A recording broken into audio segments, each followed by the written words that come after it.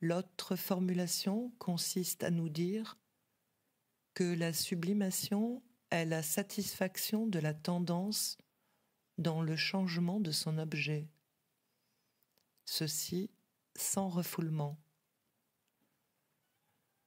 Définition plus profonde, mais qui assurément ouvre, me semble-t-il, une problématique plus épineuse, si ce que je vous enseigne ne vous permettait, disons, de voir où gît le lièvre. La satisfaction dont il s'agit, s'il y en a une, pouvant consister, son progrès, son procès, ou ce dont il s'agit, pour qu'il puisse y avoir d'une façon valable une tendance accompagnée de son changement, de ce qui, par définition, soit satisfaction à la fois de la tendance dans le changement de l'objet, c'est qu'effectivement la tendance est liée à quelque chose qui déjà met en elle-même le lapin qu'il s'agit de sortir du chapeau. Ce n'est pas un nouvel objet, c'est le changement d'objet en lui-même. C'est parce que la tendance est déjà profondément marquée par l'articulation du signifiant qu'elle contient en elle-même ce quelque chose qui permet le changement d'objet. Autrement dit, c'est parce que dans le graphe, la tendance se situe au niveau de l'articulation inconsciente d'une succession signifiante qui la constitue de ce fait dans une aliénation fondamentale, qu'il peut y avoir quelque chose qui, en retour, lie par un facteur commun chacun des signifiants composant cette succession typique, que ce rapport proprement métonymique d'un signifiant à l'autre, que nous appelons le désir, c'est justement non pas le nouvel objet, ni l'objet d'avant, c'est le changement d'objet en soi-même, que la satisfaction dont il s'agit donc, puisque dans la définition de la sublimation, le refoulement est éliminé, consiste en ceci, c'est qu'ici il y a, implicite ou explicite, passage du non-savoir au savoir, sous la forme de la reconnaissance de ceci, c'est que le désir n'est rien d'autre que la métonymie de ce discours de la demande, que le désir, c'est ce changement comme tel. Et si vous me permettez de prendre un exemple, je le prendrai où il me passait par la tête au moment où je préparais ces propos pour vous. J'ai cherché un exemple de quelque chose qui imagerait ce que je veux dire pour vous faire comprendre la sublimation, le passage, disons, d'un verbe à ce que la grammaire appelle son complément, à ce qu'une grammaire d'une philologique appellera son déterminatif, et prenons le verbe le plus radical dans l'évolution des phases de la tendance, le verbe manger. Il y a du manger, c'est comme ça que dans beaucoup de langues se propose d'abord, bille en tête, le verbe et l'action, avant qu'on détermine de quoi il s'agit. Ce en quoi se voit bien le facteur secondaire qui compose le sujet. Nous n'avons même pas le sujet, ici, qui nous permette d'exprimer ce quelque chose qu'il peut bien y avoir à manger. Disons qu'il y a du manger. Quoi? Le livre. Quand nous voyons dans l'Apocalypse cette image de manger le livre, qu'est-ce que cela veut dire, sinon ceci, que quelque chose s'est appliqué à donner au livre lui-même la valeur d'une incorporation. que le livre devient, dans cette image puissante, l'incorporation du signifiant lui-même. Il devient le support de la création proprement apocalyptique. Je veux dire que le signifiant devient dans cette occasion Dieu, l'objet de l'incorporation elle-même.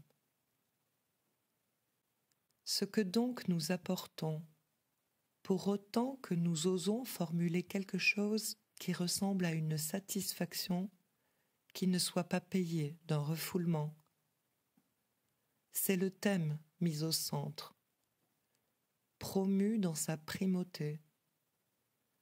Qu'est-ce que le désir ?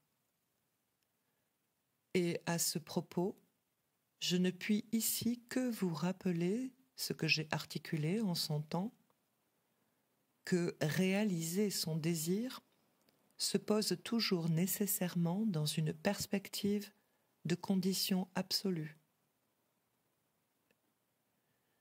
C'est pour autant que la demande, comme je l'ai dit, est à la fois au-delà et en deçà d'elle-même, du fait qu'elle s'articule avec du signifiant, qu'elle demande toujours autre chose, et dans toute satisfaction du besoin, elle exige autre chose. Que la satisfaction formulée s'étend, se cadre dans cette béance, dans ce creux, et que le désir se forme comme ce qui supporte, comme tel, cette métonymie, à savoir ce que veut dire la demande au-delà de ce qu'elle formule.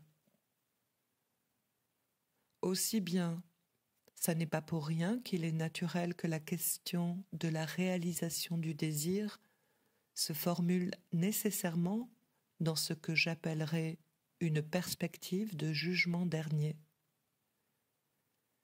Essayez vous-même de demander ce que ceci peut vouloir dire, avoir réalisé son désir, si ce n'est l'avoir réalisé, si l'on peut dire, à la fin. Cet empiètement de la mort sur la vie, c'est cela qui donne son dynamisme à toute question quand elle essaie de se formuler sur le sujet de la réalisation du désir. Pour illustrer ce que nous disons, disons que pour juger la question du désir, nous la posons directement à partir de l'absolutisme parménidien, en tant que précisément il annule tout ce qui n'est pas l'être. L'être est, dit-il, le non-être n'est pas. Rien n'est, affirme-t-il, de ce qui n'est pas né, et tout ce qui existe, donc, ne vit que dans le manque à être.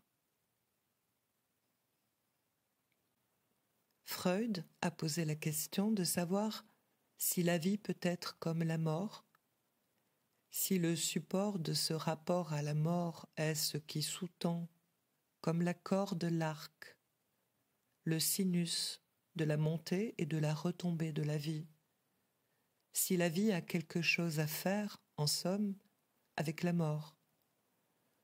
Vous savez qu'il suffit que Freud, en fin de compte, ait cru pouvoir, à partir de l'expérience, poser la question, et ceci prouve qu'elle est posée par notre expérience. Dans ce que je vous dis à l'instant, ce n'est pas de cette mort-là qu'il s'agit. Il s'agit de la seconde mort,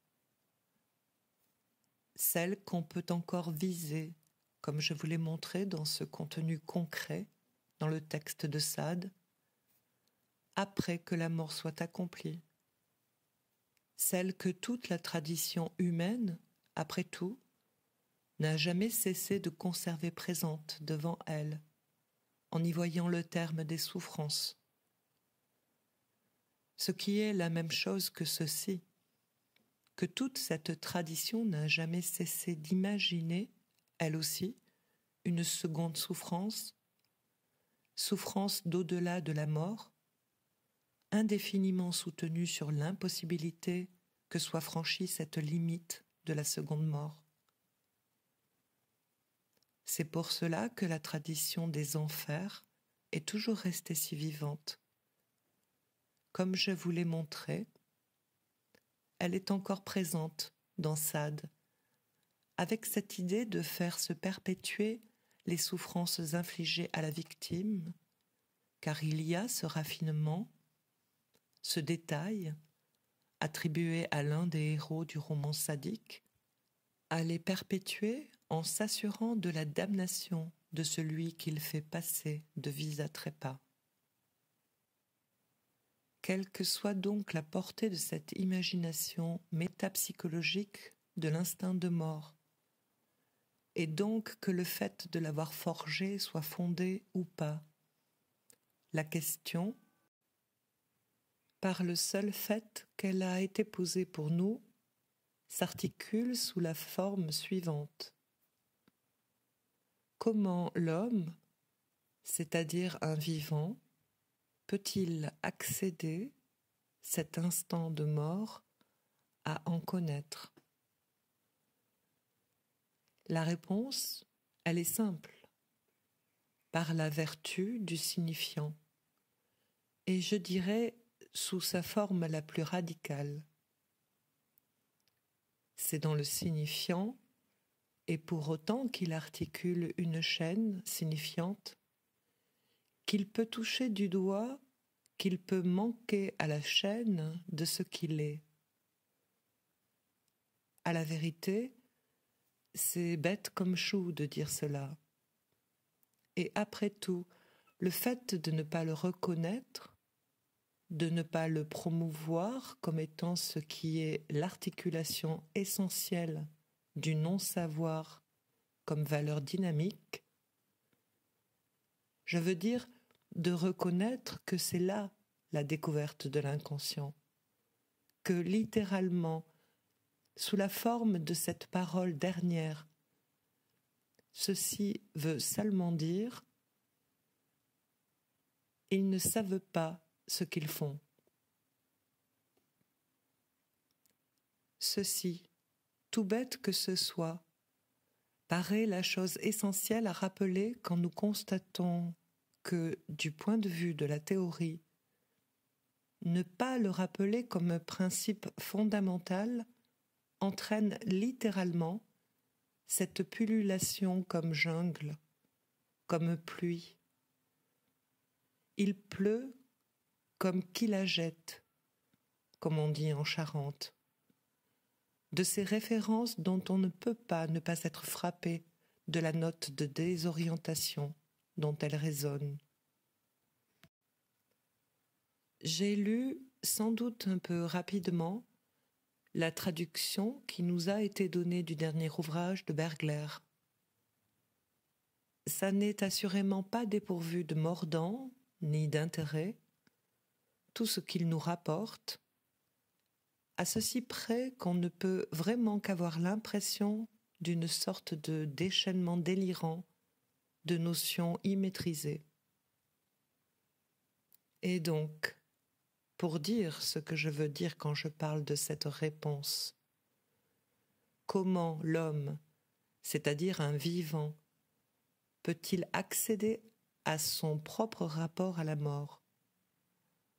Réponse par la vertu du signifiant, je veux vous montrer aussi bien que l'accès est plus tangible que cette référence connotatrice. Et c'est ceci que, dans ces dernières rencontres, j'ai essayé de vous faire reconnaître sous une forme esthétique à proprement parler, c'est-à-dire sensible, en vous priant de reconnaître à cet endroit la fonction du beau, le beau étant précisément ce qui nous indique cette place du rapport de l'homme à sa propre mort, et qui ne nous l'indique que dans un éblouissement.